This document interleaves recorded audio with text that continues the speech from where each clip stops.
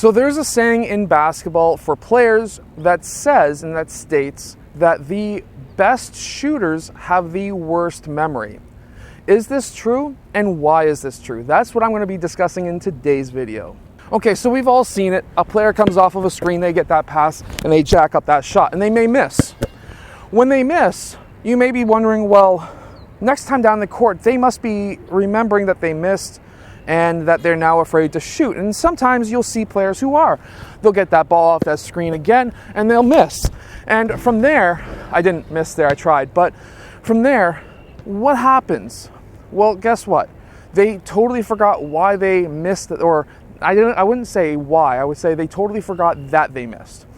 And that may be a skill that you can incorporate, but I'm going to tell you that it's not necessarily totally forget that last shot and come down the floor and take another shot. You don't want to forget it, and this is why. So there is that saying where basically the best shooters will have the worst memory and they'll forget their last shot. And that may be technically true that they forgot that they missed, but they're not forgetting that why they missed. There's a difference. So a great shooter, for example, Steph Curry, can go 0 for 8 at the beginning of a game and then go 6, 7, 8 threes in a row, back to back to back, or maybe skipped between offenses, but whatever it may be. Why is that? Well, it's not the fact that they forget the last shot. They just don't care that they missed. There's a difference. So I can go down on offense and I can say, I missed my shot, okay. I come back on defense. Meanwhile, when I'm playing defense, I can do two things at once. I can defend my player, I can play help defense. However, at the same time, I'm also trying to figure out why I missed. Was my elbow up? And you should be able to know what the feeling is when you're shooting. Once you've taken a couple of thousand shots in your life, you should be able to know what it feels like to miss a shot and what it feels like to make a shot. Did that ball go off that right side of that hand? If it did that and I felt that, I need to get my hand wider. If that shot was short, it hit the front of the rim, I need to use more legs. I need to jump higher. I need to get more power. However, if my shot was long, hit it off the back of the rim, maybe it had some very little spin and it hit off the back of the rim, whatever it may be, well, if I didn't have enough spin, I just need to flick my wrist harder. I need to get that spin on that ball. If it hit off the back of the rim, I need to release higher. I need to get that nice arc on that ball, because then if it hits the back of the rim, still with a lot of arc, it's got a higher chance of just bouncing back in. So by going over your shot in your mind, you can figure out, hey, this is where I messed up. Hey, I was coming off that screen and I didn't square my feet where I like it, and I didn't kick my leg to get my right side in line. Whatever it may be, there are so many different variables when it comes to shooting a shot that if you can forget, or not necessarily forget, but don't care that you miss, but try to figure out why you missed. That is the key. Basically, the same goes for a free throw shot. You can be on the free throw line and you may miss. Hopefully I miss, and I don't. And let's say you miss. Why did you miss? Well, if it was short, again, it was legs. If it was long, then it's arc.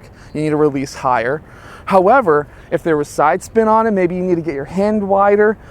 And then you need to do this thought process within 2, 3, 4 seconds. You need to do it quickly. You need to know what your shot feels like.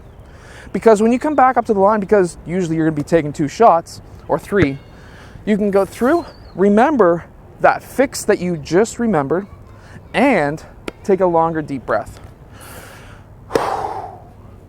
And then go up, and then you can make your shot. That one was closer to a miss than the last one, but whatever. And from there, you can correct your shot in game, and that is essentially what I'm talking about today. So a really great drill that you can really actually work on yourself to be able to figure out what your shot feels like is not just by sitting at the free throw line and jacking up free throw shots. It's not that.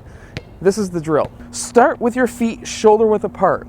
Spin that ball to yourself, pound it on that ground. After you pound it, switch legs almost like a scissor, bounce through, correct your feet, and then go up for that shot. And then what I want you to do is to say, okay, bang, cross, pop, and then go up for that shot. and try to figure out what went wrong. So there, I may have used a little bit too much legs, but I did push that ball more than I normally would. And I may have compensated because I thought maybe my legs might not have given me enough power because I've had 2 knee surgeries. So I'm going to correct that. Pound through the legs, go, and then out. And I totally missed there. What did I do wrong? Well, I pushed out towards the side. It came off the side of my hand. It was not a pretty shot. And when it goes out to the side like that, you really have to work on your shot. But you can pound it, go through, correct yourself, go up for that shot, and then hopefully, eventually, you can start making those shots. And you can do this from around the court. This is not just going to be helping you figure out what your shot feels like. It's also going to be helping you be able to come off that screen, set those feet, and go up for that shot. Also, you can feel where that ball is then. Really pay attention to what that ball feels like, where your hand is. If you're grabbing that ball and you're a really bad shooter when it comes to off the dribble, because maybe you're setting your hand like this and going up and you're not used to doing that, or it may be that you're catching it and your hand's way too far to the left side. Now you know, hey, off of this drill, your hand's set right in the middle and you'll have a nice perfect shot off the middle finger, of course, if you're shooting like that. Now that I don't care mindset is very important because, for example, right now, there's about 18 people in this park who were kind of looking at me when I was taking that shot, and I meant to airball that shot.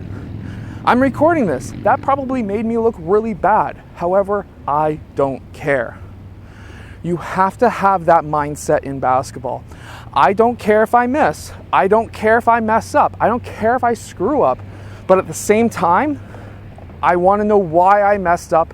I want to know why I missed. I want to know why I got that turnover. And you can run through this in your mind for 2 or 3 seconds, and you'll be able to hopefully correct those mistakes in game. If you can't, that's totally fine. That's what game tape is for. If your school streams the game, you can watch the game over and see, why did I miss? If you record it yourself, why did I miss? If you have a basketball trainer who is good and actually watches your games, he can tell you why you messed up, why you missed, things like that. I hope that this video helps you. If it has, hit that like button, subscribe, and I'll see you guys again next time.